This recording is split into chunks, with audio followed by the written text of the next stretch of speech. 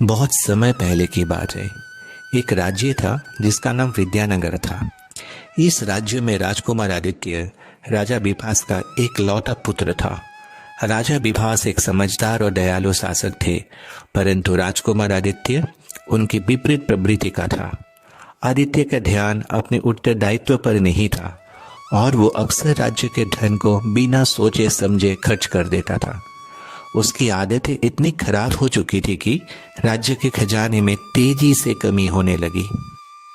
राजा विभास को अपने पुत्र की इस आदत से बहुत चिंता होने लगी। वे जानते थे कि आदित्य को समझाने के लिए केवल उपदेश देने से कुछ नहीं होगा। उसे जीवन में धन का महत्व समझाने के लिए कोई विशेष मार्गदर्शन की आवश्यकता थी। एक दिन राजा विभास ने भगवान गणेश का ध्यान करते हुए उनसे सहायता की प्रार्थना की। राजा की पुकार सुनकर भगवान गणेश प्रकट हुए। वो समझ गए कि राजकुमार को जीवन के कुछ महत्वपूर्ण पाठ सिखाने की आवश्यकता है। भगवान गणेश ने मुस्कुराते हुए राजा से कहा, महाराज चिंता मत कीजिए, मैं स्वयं आपके पुत्र को शिक्षा देने की उत्तरदायित्व उठाता हूँ। मैं उसे दिखाऊंगा कि कैसे विवेकपूर्ण तरीके से व्यापार और धन संवर्धन किया जा सकता है। अगले ही दिन भगवान गणेश ने अपनी लीला प्रारंभ की। उन्होंने एक साधारण व्यापारी का रूप धारण किया और राजकुमार आदित्य के पास पहुंचे। गणेश जी ने अपने व्यापारी रूप में आदित्य से मिलकर उसे सलाह दी, राजकुमार, मैं आपका मित्र बनना चाहता हूँ। मैं आपको एक विशेष अवसर देना चाहता हूँ जिसमें आप व्यापार और धन की सही समझ प्राप्त कर सकते हैं। आदित्य को यह विचार रोचक लगा। उसने गणेश जी से पूछा, मुझे ये अवसर कब मिलेगा और इसके लिए मुझे क्या करना होगा? गणेश जी ने उसे एक व्यापारी के रूप में व्यापारिक यात्रा पर चलने के लिए कहा। उन्होंने कहा, आपके पास जो संसाधन हैं उन्हें सही तरीके से निवेश करके आप लाभ कमा सकते हैं, लेकिन आपको धैर्य और बुद्धिमानी से काम करना होगा। मैं इस यात्रा में आपका मार्गदर्शन करूंगा।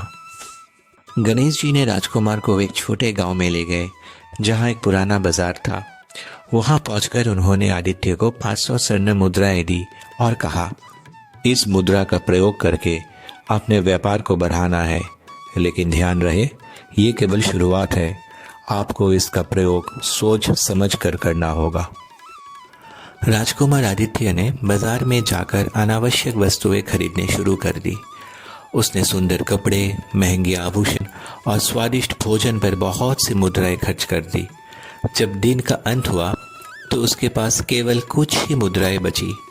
गणेश जी ने उसे समझाया, आदित्य, व्यापार में अनावश्यक खर्च की कोई स्थान नहीं होता। जब तक तुम अपनी आवश्यकता और लालसा में अंतर नहीं समझोगे तब तक तुम धन को बढ़ा नहीं पाओगे। आदित्य को अपनी गलती का एहसास हुआ और उसने संकल्प लिया कि आगे वो सोच समझकर धन खर्च करेगा। कुछ दिन बाद गणेश जी उसे एक खेत में ले गए और उसे कुछ बीज और पानी की बाल्टी दी। उन्होंने कहा, ये बीज बहुत कीमती है, इन्हें सही ढंग से उपयोग करो तो ये तुम्हारे लिए धन अर्जित कर सकते हैं। आदित्य ने शुरू में बिना योजना के बीजों को इधर उधर फेंक दिया और पानी का बिना सोचे समझे उपयोग कर लिया। परिणाम स्वरूप बहुत से बीज बेकार हो गए। गणेश जी ने समझाया, धन की तरह संसाधनों का भी समझदारी से उपयोग करना चाहिए। अगर तुम एक योजना बनाकर इन बीजों को लगाते तो अधिक उपज प्राप्त कर सकते थे। आदित्य ने इस बार गणेश जी के निर्देश के अनुसार बीजों को व्यवस्थित ढंग से बोया और पानी का भी विवेकपूर्ण तरीके से प्रयोग किया। कुछ ही समय के बाद उसने एक बड़ी फसल उगाई जिसे बेचकर उसे अच्छा लाभ हुआ। एक दिन गणेश जी ने आदित्य को बताया कि एक बड़ी व्यापारिक यात्रा पर जाना है। इस यात्रा में कुछ जोखिम भी था। उन्होंने आदित्य से पूछा, तुम्हें क्या लगता है इस व्यापार में अधिक लाभ होगा? आदित्य ने पहले तो जोश में आकर हाँ कह दिया, लेकिन गणेश जी ने उसे समझाया, हर व्यापार में लाभ के साथ जोखिम भी होता है। केवल लाभ की संभावना को देखकर निवेश करना उचित नहीं होता। हमें संभावित जोखिमों का भी मूल्यांकन करना चाहिए।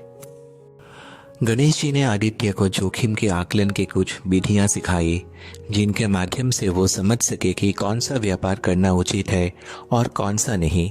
धीरे धीरे आदित्य समझ गया कि हर निर्णय सोच समझ कर लेना चाहिए। अब तक आदित्य व्यापार के कोई मूलभूत सिद्धांतों को सीख चुका था। उसने मेहनत करके एक बड़ी राशि अर्जित कर ली थी। गणेश जी ने उनसे पूछा, अब तुम्हारे पास पर्याप्त धन है, इसे कैसे खर्च करोगे?